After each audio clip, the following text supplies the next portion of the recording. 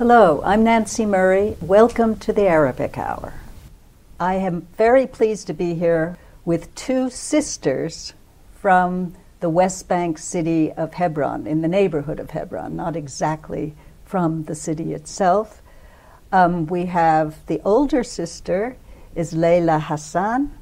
The younger sister is Nawal Slemiah, who is the founder of a really inspiring organization called Women in Hebron. It's a cooperative, fair trade organization that is a lifeline for 150 women in the Hebron area. They are here in Boston on a tour.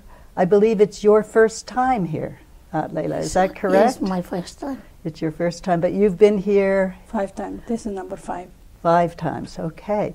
Tell us about the founding of the Women's Cooperative and why you decided to found it. Thank you, Nancy, first for inviting us today.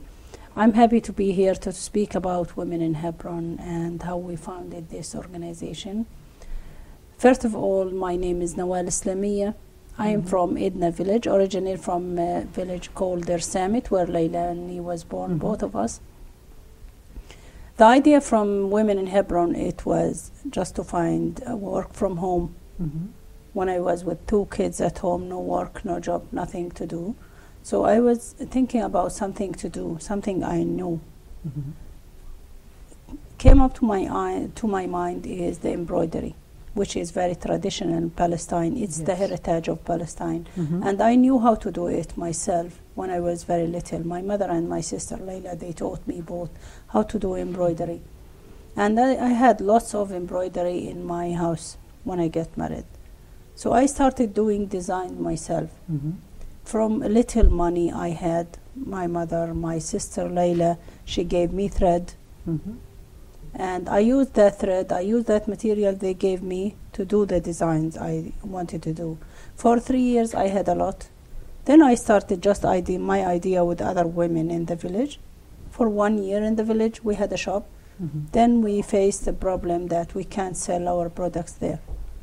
Why couldn't you sell your products? Because all the women in the village, they know how to do embroidery and they don't need it. And the same time with the second intifada, it was people, they lost their jobs, especially the men. They lost their work in Israel. They don't have money, and the money stopped in the West Bank when Hamas, they won the election, and America and Israel, they punished the government and they stopped giving money, so there was no money around. So the women, they started to think about how we can do that. So there was no money to buy embroidery, and the women, they don't need it. Yes. They needed food, they needed for their children, they needed medical, this is all what they need. Then our organization became like very well famous when we started giving the women material to work from home. After 1 year, I had a chance just came by chance through my friend from New York. I met her by chance, and then she said, I live in the chicken market in the old city of Hebron. That's how I knew about and the how old city. close was Hebron to your village? Just 15 minutes, supposed to be 15 minutes if there is no checkpoints. But if there is a checkpoint, it takes 30 minutes to be there. Then I had a shop in the old city of Hebron, and there I had the chance to see how the people they lived there. For 4 years, I was doing the shop in the old city, and there I learned a lot of things. Actually, the first time I heard the word settlements and settlers, we didn't have in Der Samit where we lived, we didn't have any settlers. We didn't have any problems. But in the old city, I learned a lot about them. And I saw so many things. Yes, what I'm they sure. were doing for the people there. Right. But getting back to your village, is it the case that the wall took much of your village's land? Yes, not just the wall. When the people, like this village was occupied in 1967, and they had lots of refugees from 1948. They lived there. And it was a big lands. It was a lot of land surrounded the village. People, they had lots of land. They were very poor, but they had lands. Then with the wall, when they occupied in 1967, they took half of the land.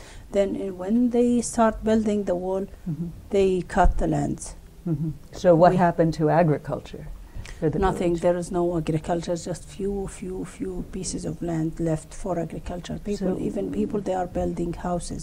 So on where their do the lands. men work? Men, they have now to go to work in Israel. This is how the policy in Israel, they work.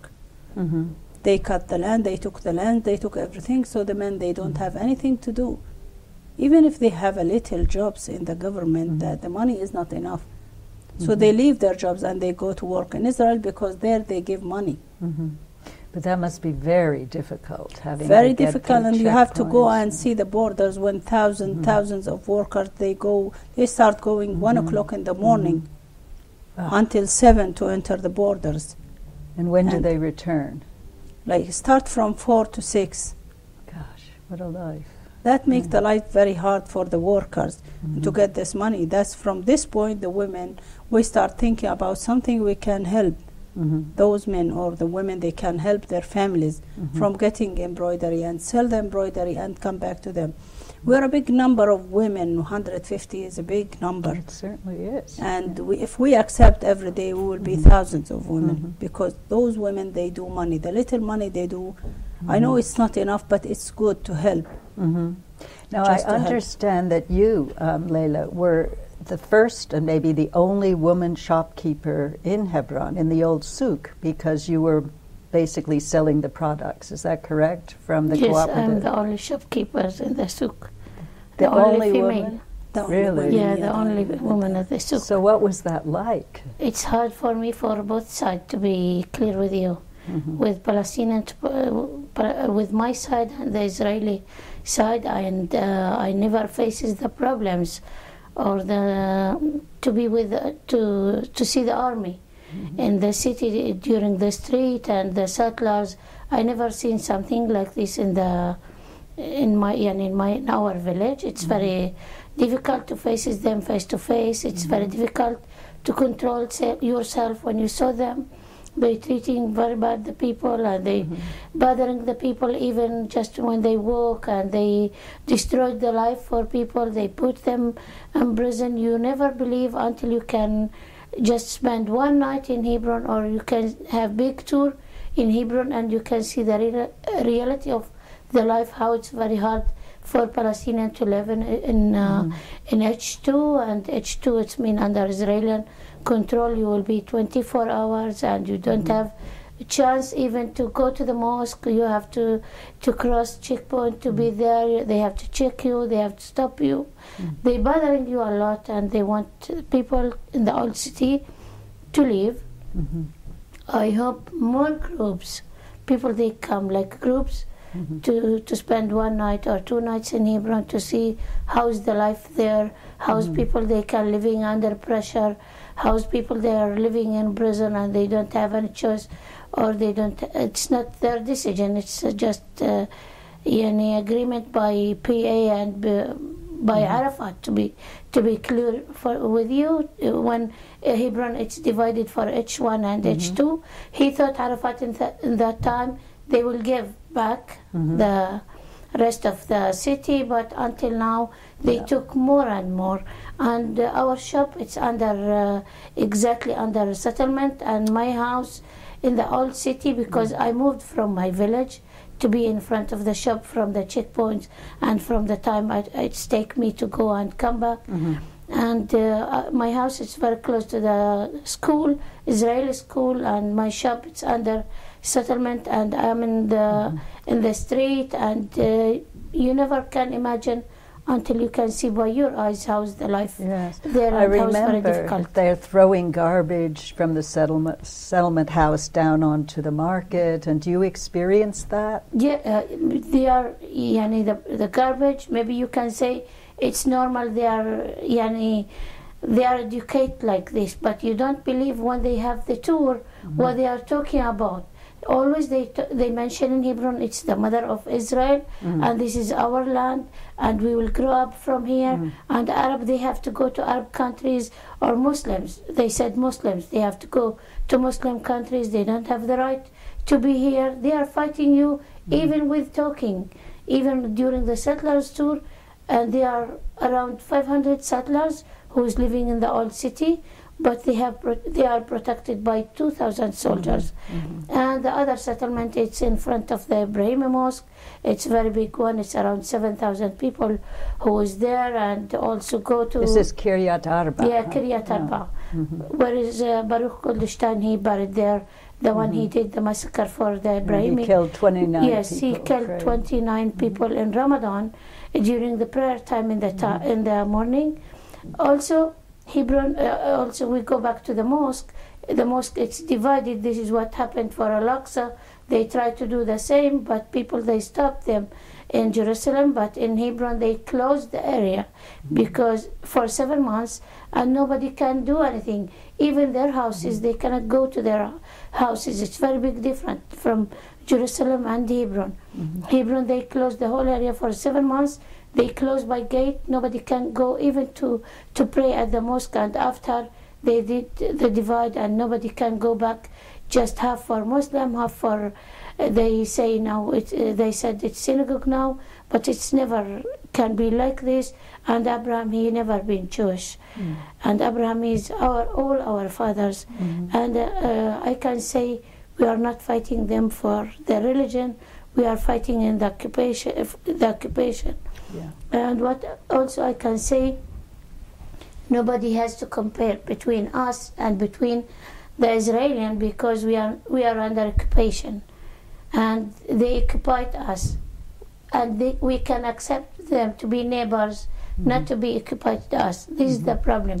We never against them because they are Jewish or for their religion. We are just fighting the occupation, and I think we have the right to be in our land. They don't have to bring a lot of people from outside and to kick us and to give them the land. No, I think that if anybody from this country would visit Hebron, they would be so shocked. And the things that go on there just aren't written about here. I believe you knew the 3-year-old child who was detained by Israeli soldiers not long ago, just a few weeks ago. Yes, the little boy. The little boy, 3 years old. Yes, he lives in front of the mosque. So this is not even that unusual. They're constantly arresting children. They're constantly treating children very badly, abusing them, and so on. Is that correct? Look also what happened. They can arrest our children, but if their children, they against us, they never arrest them. They are over the law always. We have to, our children, they can be in prison, but their children, they never judge them because they are children. But our children, they grow before their time. You never can see in their faces they are children. You never can feel that. Have a lot of people, a lot of Palestinians left H2 area of Hebron? A lot of people. A lot of people. Because they just can't live under this terrible situation. You can't live if you have boys or you have teenager, boys or girls, they had problems. But you're still there with the shop? I'm still there, but my children, they moved. Because they are married and they moved from the house. And they've been arrested, both of them. And how long were they arrested for? The first one, he was arrested when he was a child, 15 years. And he arrested by throwing stones. But believe me, he didn't do it. But I told the soldiers, if he did it, it's normal because we're under occupation. You have to understand this. But he didn't do it for you. But I catch stone from the floor in that time because we have big demonstration in Bab al-Baladiya. And I told him, I will put it in your face now. He didn't do it, but I will do it for you. Really? No, I can imagine. Yeah, this is... Yeah. You believe how can somebody take your child and beat him in front of you? We're a human being. Did he have a trial? Did he go to court? Yes. He been at the prison for 2 months and a half. And I paid 1,000 shekel to release him. And that must be the story that's happened to all the teenagers. Yeah, but you know, look how he's a child. He told me, they took my clothes. I need my clothes back because it's a new. If he's not child, how he can think about this? He's still child in that time, and he told me, I need it. They took everything with me. Even the 15 shekels, they took it. They have to give it me back. So with this terrible repression, what is it like for children going to school? It's very hard. Believe me, it's very hard. This is why we have many volunteers. I hope they can be more and more people. They can come to be volunteer in Hebron to see how's the life very difficult, how they can help their children during the time for the school, or how they can... What, they escort them to school? Perhaps Yes. the settlers, I've seen it, settlers Yes. throwing stones Yes, at they're the throwing kids. stones, and some of them, they try to attack them by cars, and a lot of problems. And every morning they have to smell the tear gas. Every morning they throw tear gas for them. It's just horrible. And Yeah. the way they've ruined that beautiful city by having their checkpoints and their towers and We have the roads. 101 closure between us and between the Israeli side. Forget about how many towers we have there, how many soldiers they use the roofs to observe everything. And during the settlers tour, there are a lot of soldiers. They are more than the settlers, and they bring them every Saturday, and they show them the history of Hebron. It's how it belonged for them, and how Arab they attacked them, and how they can fight to have the land back. But getting back to how you've managed, not just to give women a way of earning a living, but also to empower women. Would you talk a bit about how women have really been sort of rising up against patriarchy, as well as earning a living through your work? Yeah, like the women, I believe the women, when you empower the women, like economically, then the women, they will start to be strong enough to fight about their rights in the society, then under the occupation. I believe also this art, when the women, they put all their mind in this art, they forget about other things. And when the women, they have this power, so they can fight, and they can say no if they don't have anything. Like the most example, you can see Laila. Before she started working with us, also her life is a big story. And also me, before I started like this project. But Laila also, her life is a story, a big story to tell. How she started, after she started working in the shop, she started to be different. The same with the other women. Each one of them, she has a different story.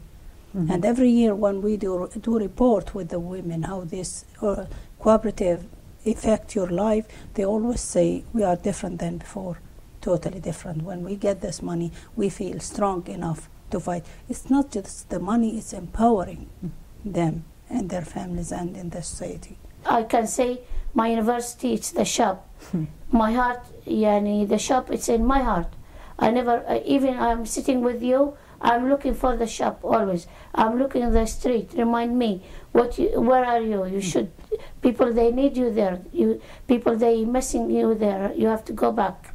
Even if they give me a lot of money, I never can stay here because I miss my land. I miss my house. I miss my family. I want to be there, but we want to travel to help the other ladies because they don't have chance to come, and we want to help them by any way. We want to continue under occupation, and how's the life is very difficult. We want to make it a little bit easier if it's not enough, but just to continue, to give little hope. We are there. Come to see us. Come to see Hebron. Come to share their life in Hebron. This is what we need from people here, to come to visit, to get support from them, to come to the old city. So you now have a network in the United States through the Tully Foundation. Yeah. Would you explain a bit how you get your embroidery, first of all, how you actually get the materials into your villages to actually do the work? Because I know with checkpoints and so on, it's so hard to move. And then second, how you get it to the broader world. Besides the shop, what happens to these lovely pieces that you make? But I have to tell you that we have a center in Idna, my village, where we have all this material. The raw materials we bring from Hebron. It's locally made, and some of it imported by other shops. So we buy locally from Hebron. Okay. We don't bring any materials from outside, just Hebron. And when the women, they do the embroidery, we have sewing machines in the center, and we have women working on that sewing machines. And it was donated by the British consulates and the Polish. And the women, they sew then the stuff in, like the cushion covers, like what we have, like the scarf, these scarves, and we have dresses, we have small purses, mobile cases, and everything. So we prepare everything in the center. Then if we get order, we ship them. Tuli Partnership, it's run by Maureen Walsh. She's our friend in California, and we met her in Hebron too. We ship the stuff for her. We send for her a lot of stuff, and when we have small orders, we forward that for Maureen, and then she do the shipping from here, much cheaper than from Palestine. And then she get the payment, and then she collect the money and send for us one time. We can do shipping for other countries, for all the countries. We don't have any problem with shipping. When we come, we bring with us what we need to bring. We don't have problems with taking things outside the country. We have problems with taking the things inside the country back. So when we come here, when we finish our tour, we leave everything, or we send everything back to Maureen. I want to say more than this. We depend on the shop in the city of Hebron, where we will explain, me and Laila, how difficulties we have in the shop now since 2015. And we have the website called womeninhebron.com. So they can send orders to this website. Okay. And also they can send us, there is our email address, idnacooperative@gmail.com. It's on the website. They can send us email, and they can also send Tuli Partnership email, and they can get their orders from them also. Or send us email, and we forward that for them. When we go, and I take trips there, we always go to the factory that makes the keffiyehs and everything. Now I'll know about your store, and hopefully we can bring some people by. Inshallah. Thank you so much. Inshallah. By the way, we have partnership with this keffiyeh factory, and we are selling their keffiyehs online, and we are selling their keffiyehs in our shop and abroad. We take their keffiyehs from them and sell it, because people, our friends, they want to buy from us directly, and they don't want to buy from China. So we have partnership with this keffiyeh factory. Also, I want to announce. I want to announce that what we need from this meeting is, we want people to order from online, and we have Tuli Partnership. Also, if people, they want to donate for Women Hebron, they are most than welcome. They can also contact us or Maureen in Tuli Partnership. They can come to the shop. They can do anything. Even if they can tell about us, if they hear there is any shop, they can sell our products, or designers, they want to work with us for a long term. This is what we need from them. Well, we will post on Arabic Hour screen the website address and the Tuli Partnership address, and encourage people to take a look. I mean, your items are very beautiful. Thank you and so much. people should know that this is really what is keeping 150 people going, 150 women who are making these beautiful handicraft clothes and handbags and lots of pillowcases. And what else? What else have you been we making? do dresses. We do beautiful dresses. We do also specific designs. If people, they want to design anything, we can do. We have designers. There is an important thing I want to tell about is, like this scarf I'm wearing, it takes between 3 weeks or 1 month to do it. When I say $100, it's not expensive for that when you spend 1 month doing that.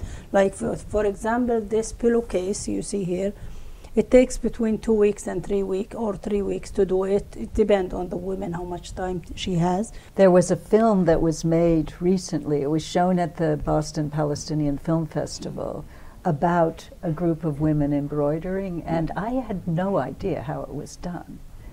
How you had the pattern. Yes. And then the pattern is removed after the stitches. Yes, of course. Yeah, I just thought it was done. It was a beautiful film. Do your children help you in this shop when it's busy? No, my husband. He helps you? My husband. If I'm there, he can go there. Okay. You do have another way, though, of you have internationals come and stay with you, yes, in your house? So even now I have 2 volunteers to look after my house and the shop. Well, let's hope that the situation turns around, that the occupation ends, that prosperity comes back. Yeah, this is our dream in the end, more than business, more than anything. And the occupation is a dream for everybody. Yes. Well, thank you very much for being welcome. part Thank of you this for Arabic inviting Hour us. Inviting us. conversation. Thank you so And much. have a Hope very our good voice tour. will reach everyone. Yes, I hope so too. Thank you. Thank you so welcome. much, Nancy. That's our show for today. Tune in next week for another show of the Arabic Hour and come and volunteer. It's an all volunteer staff. Thank you.